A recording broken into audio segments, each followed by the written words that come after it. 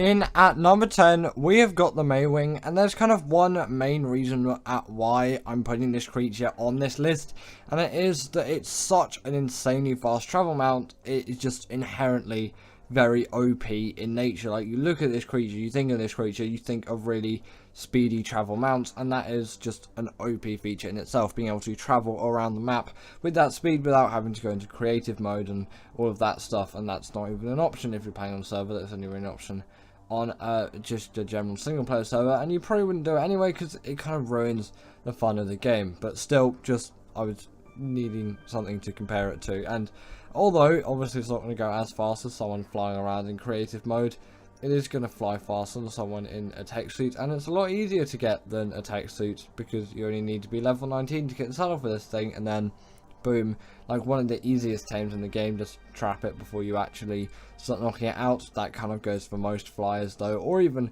pretty much every Ark creature that's a knockout tame. It's just so much easier if you do. So yeah, that's the kind of method to the madness. And then you've got yourself a really great, really quick, speedy travel mount that's also a possible feeding trough, and it can gather berries as well. So just a nice little feature for this thing to have.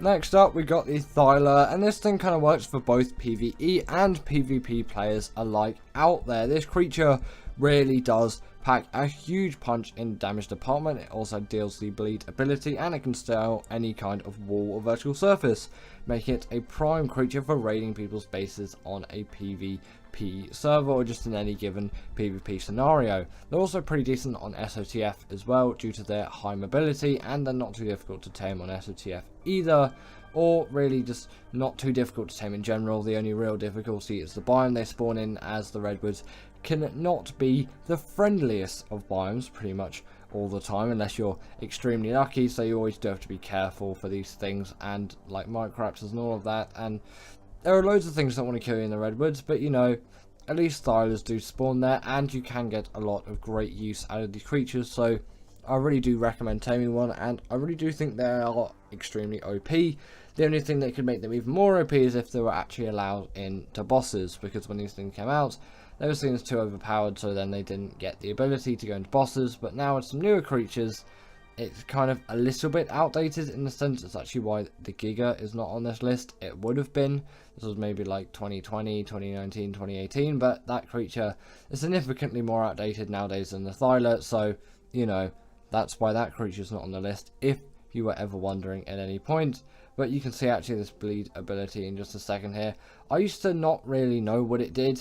I just thought it was cool, but it deals damage on a percent base scale instead of just a general damage dealing scale. So no matter the health of the creature, it will always deal the same percent amount of damage, which is why the bleed ability is so OP. And really, if you do have the time, tame yourself a Thyla. You are definitely not going to regret getting one of these things. They are totally worth it, and considering they spawn on the island, they're extremely accessible to like every single Ark player out there without fail whatsoever. Next up, we have got the Theri, and the reason why it's on this list is not just because its saddle was unlocked at level 69. Nice. But purely that this creature is an insane gatherer of so many kinds of resources, including fiber, which is actually one which is considerably harder to get than most other resources in bulk with a creature like this, as most herbivores will just gather berries, whereas this thing can gather berries and fiber, and it's also a pretty OP boss creature as well. It really does deal a lot of damage and pack a punch. You could probably tell it would deal a lot of damage in that kind of general area, because look at how large these things' claws are. And when you look at it, it's, I kind of call it the Freddy Krueger of Ark, if you will, or the Tickle Chicken, just depending on what context you really want. Those claws really do, again, pack a huge amount of damage into this creature. Really useful for the dragon boss fight on the island if you've never done that before, and the fiber gathering really does put them up another level for me, as yes, the moss chops is another great fiber gatherer. It really doesn't do all too much apart from that. I'm pretty sure it's really great at gathering organic polymer as well, but this is a much more OP creature and significantly more useful just to the general Ark player out there, and especially with that saddle level being so perfect, you really can't miss an opportunity on taming one of these things. They're also really great at gathering thatch and wood too, so there's nothing not to love about this creature. So I really do recommend you taming one of these things as soon as you can, really. Next up, in at number 7, we have got the Argy, and doesn't this creature really deserve to be on the spot for being just such a great PvE creature? And also, I'm pretty sure it's a really great PvP creature as well, although I don't really can think of too many uses off the top of my head for this creature in terms of PvP use, but you know, there are definitely still going to pretty much be all the same uses as for PvE players, as this is a really great traveling mount and it has a heck of a lot of weight, so getting metal from point A to point B, or even maybe to point C if you're feeling like it, will be really easy. And you can also pick up a wealth of creatures with this creature, which definitely does aid this thing in being a really great successful creature, because maybe sometimes with a flyer you do want to actually pick up some creatures like Desmodus do not have that ability, although that creature is on the list for several other reasons which I think do put it higher on the list than this creature.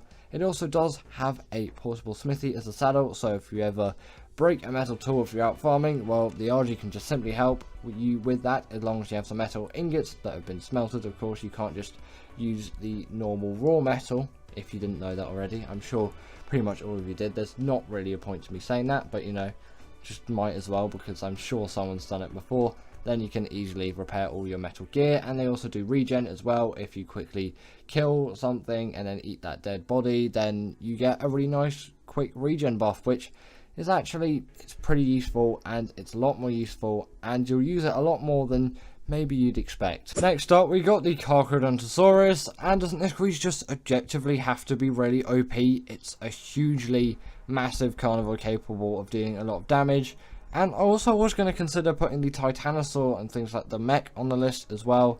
Actually, I might put the mech kind of here at this spot, because I kind of think it deserves to be here as well. Really huge damage to anything, but the Titanosaur is hugely outdated nowadays, and obviously you could kind of just chuck all the Titans here as well, although I really tend to avoid those more as they're not permanent creatures, although they still definitely do count as creatures. You can make them permanent, of course, with things like mods and all of that for the Titans, but you know, I tend to stray away from those things, and the Kronosaurus is one of those more powerful creatures you can get. That's not the only reason why a creature can be absolutely OP, but if you go by sheer strength, then this probably is the most powerful creature on the list. You could say maybe some other creatures could be contested against it and to it, and you know, probably just have to get Cantex to do a video on that, and then there you go, you would get the answers. But I'm probably going to say this is the most powerful one.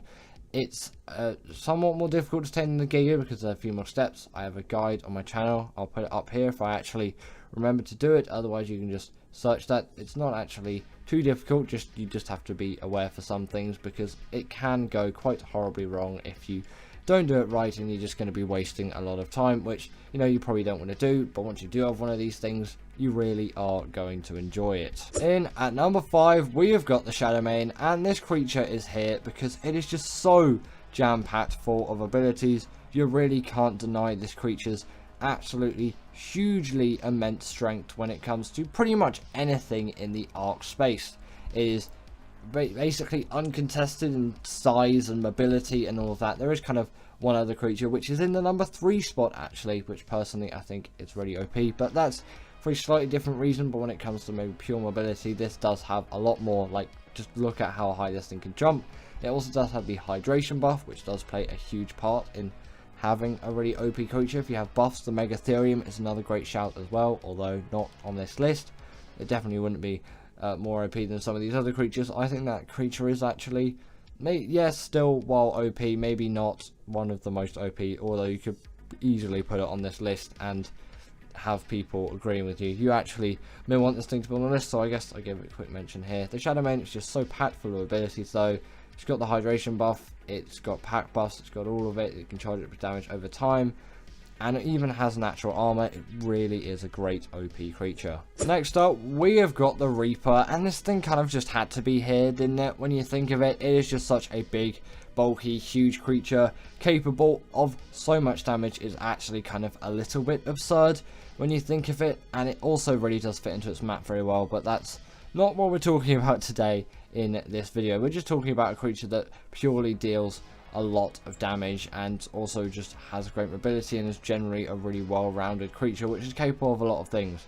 If this was able to go into bosses, then it would be even more OP. It can't though, which is kind of why the creature next up on the list, although maybe not as strong, has a lot of edge over this creature, although you can use it on extinction for the Titans, although the Giga and the Argentavis are the more preferable options. But with loads of new creatures coming out in mods in ASA, I know extinction's still not here yet, but there may be some other options which people may be kind of becoming more fond to. But either way, just in general terms, the Reaper is a really OP creature.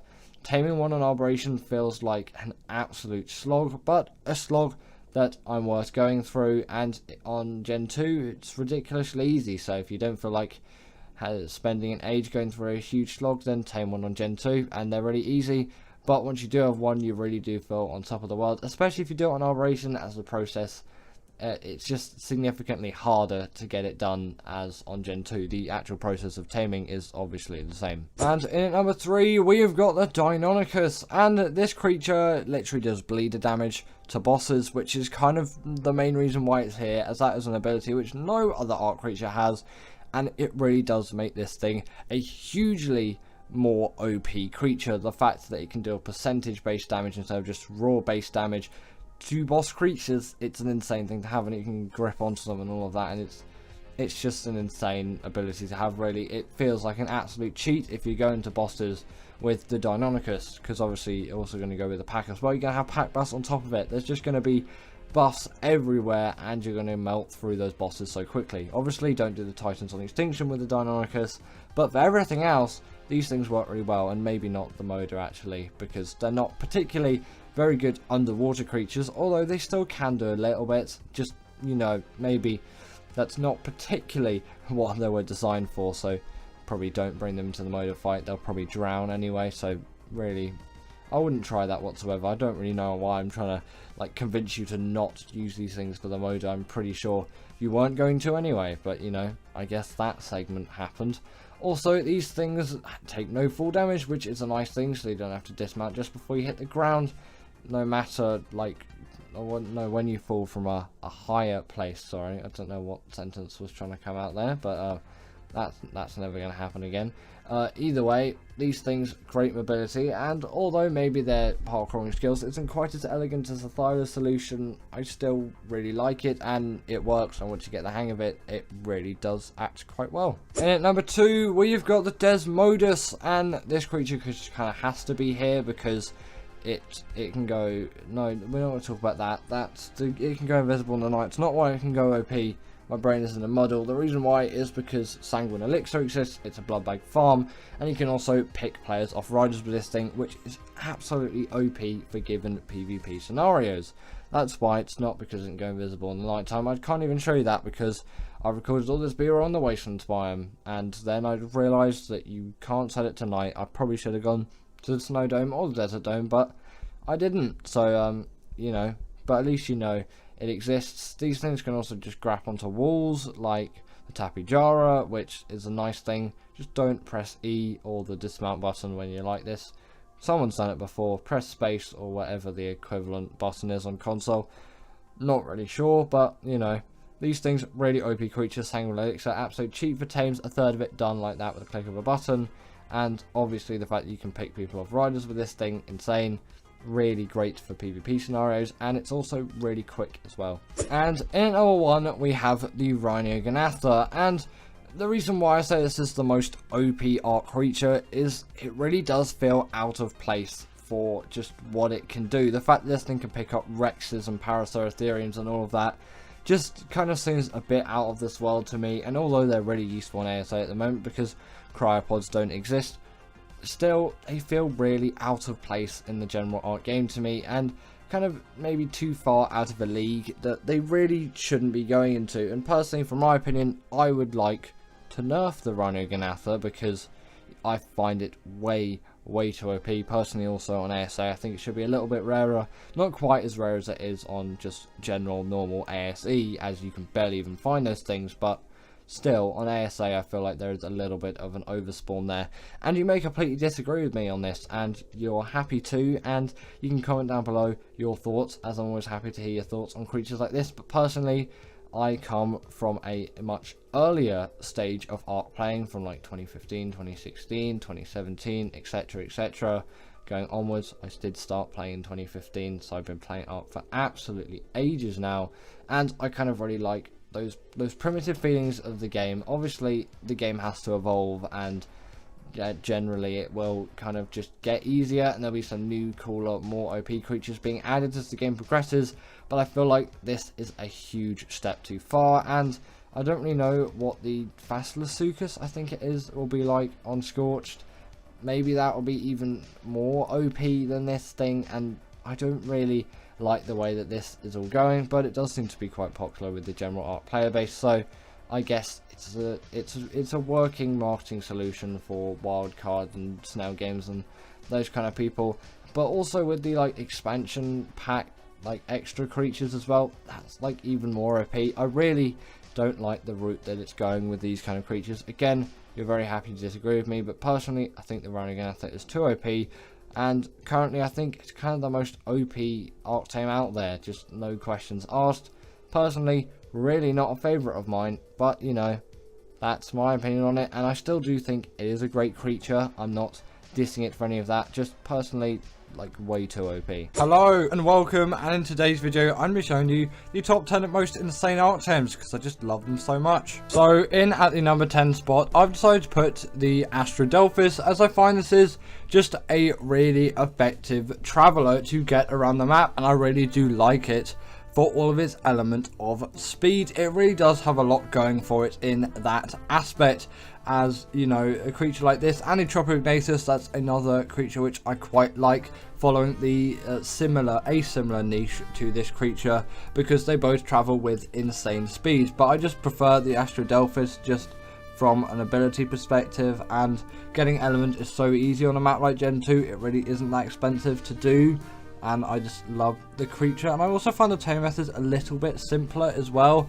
I know it's not the easiest out there, but I don't really like to like chain bowl the Dinopithecus. It's just a little bit of a pain in my opinion what you sort of have to do. I think you have to cast bolt at it. It's not as simple just trank out, so in that regard I do prefer the tame methods of the Argentavis, which is usually why I go for it instead. Yeah, it settles on a later level, and technically it runs on more expensive things, but I find it attacks very effectively, and it travels at the speed of like just insane speeds really. Coming up next on the list, we have got the Rhyniognatha, and I really do love this as a creature. It just has so much capability when it comes to everything. It can pick up a huge variety of mounts that you'll find across the map, from Rexes to Parasauritheriums and creatures like that.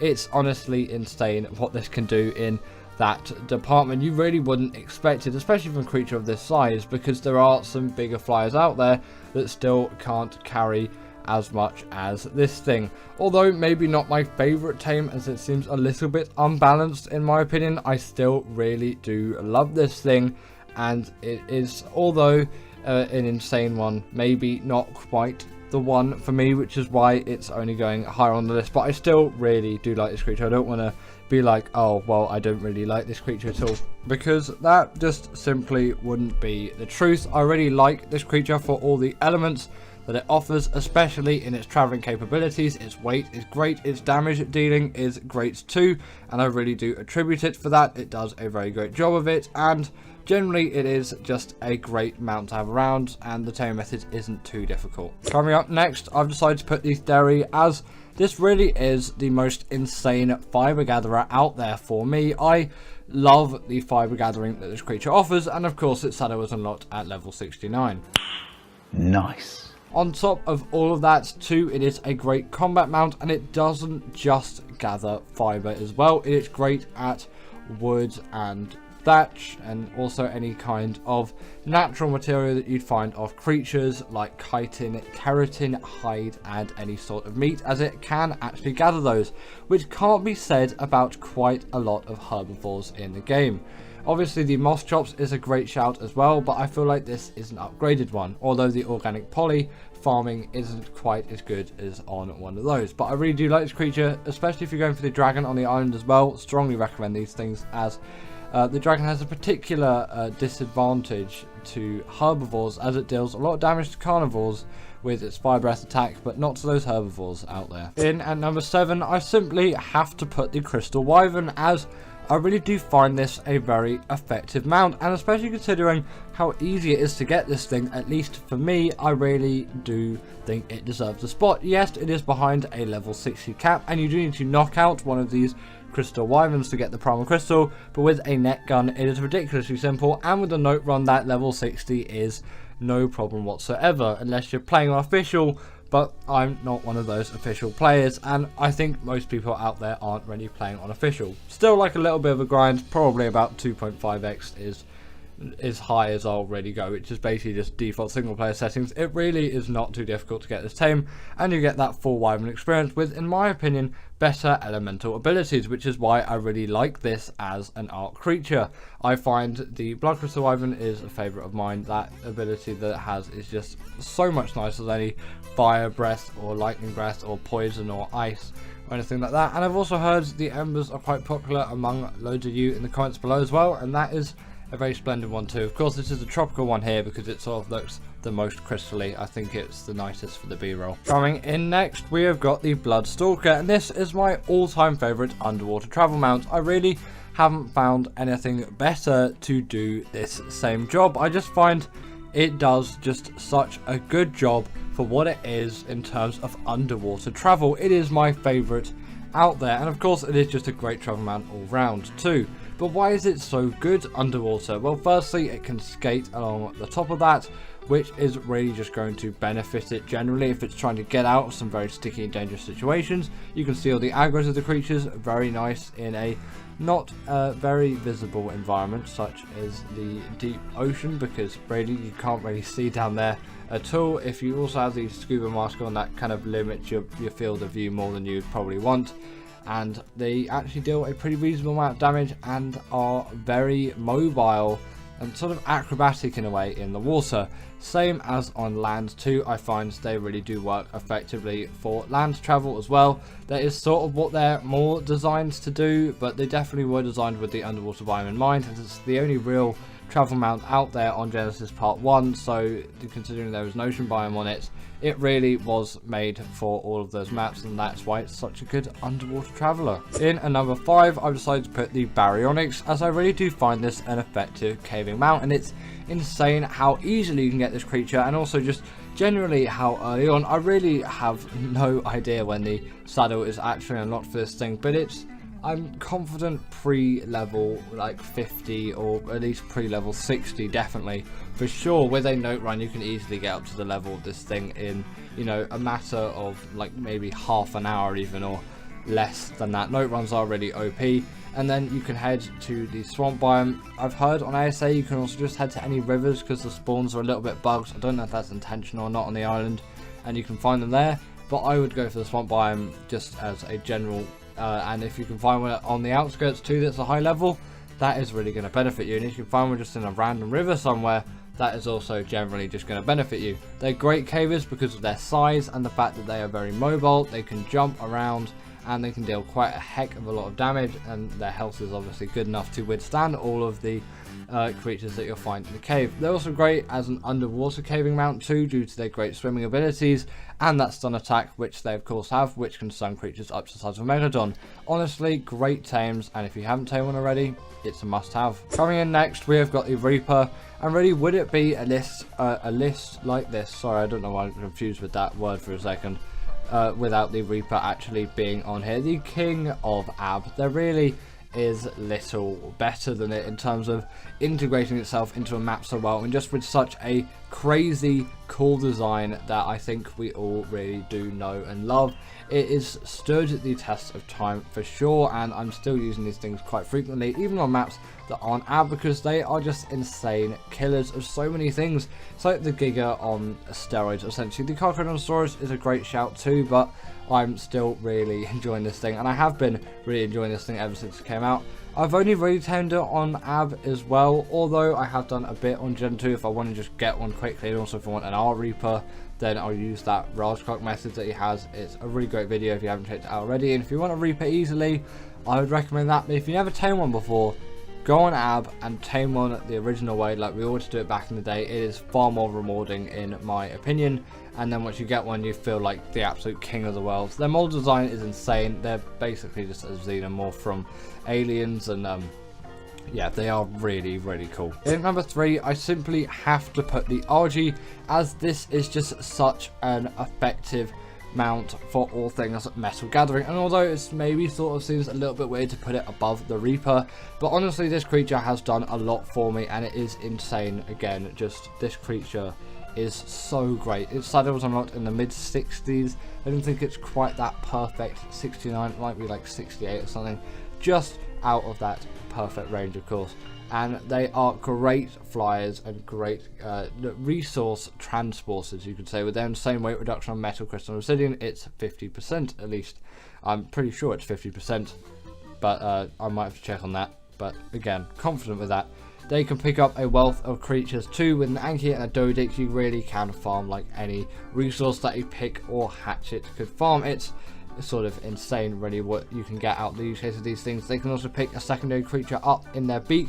Their saddle acts as portal smithy, so if you've gone caving and an arse maybe broken your armor, as long as you've got some metal in the saddle of this thing, you can repair your armor and go to the next cave, and you don't even have to go back to your base. At least that's what I do when I do caving. That's just the thing I do, I guess.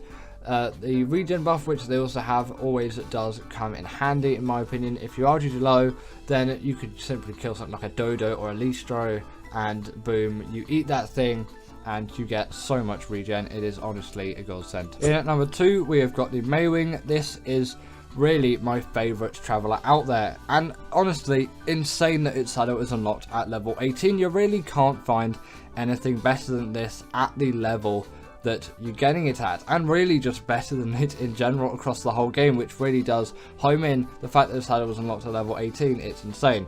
I would get to a level of where you can get some signs and obviously trank arrows, which is level 21 for those, so be about level 21. I'm not sure actually when these signs are unlocked, but either way, getting there is very, very simple, and the taming method is very simple. Use a couple of signs, I think like 3 should suffice to trap it in an area and it won't be able to fly out of them, and trank it out, as long as you build the trap right, of course, otherwise it will be able to get out of it. So make sure they're reasonably close together and that it can't walk out of that area. You're going to have to act quite quickly as well, but it really isn't too difficult, at least from what I found. And then you've got yourself a Mewing like that, boom. You can even start with a really high level, they don't take too many tries to knock out. You've got yourself the best, like fastest pretty much travel mount in the game.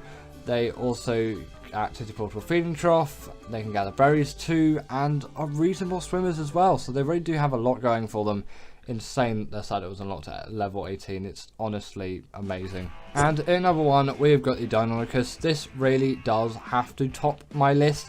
I can't really think of anything that is more insane than this creature, just for all of my general needs. While yes, maybe it doesn't fulfill those underwater needs, the Shadowmane would be a good shout there. I'll give it a brief honorable mention. Don't want any comments about I didn't include the Shadowmane on the list. It gets an honorable mention here, okay? Maybe it should have been on the list, in my opinion, in a way, but you know, it's being left out because I think all these creatures are more valuable to me, at least at the moment. The Dinopithecus though really is a king when it comes to boss fights, able to deal bleed damage to them as well by just grappling onto them, like you can see I'm doing to that Bronto there, and just absolutely shredding them.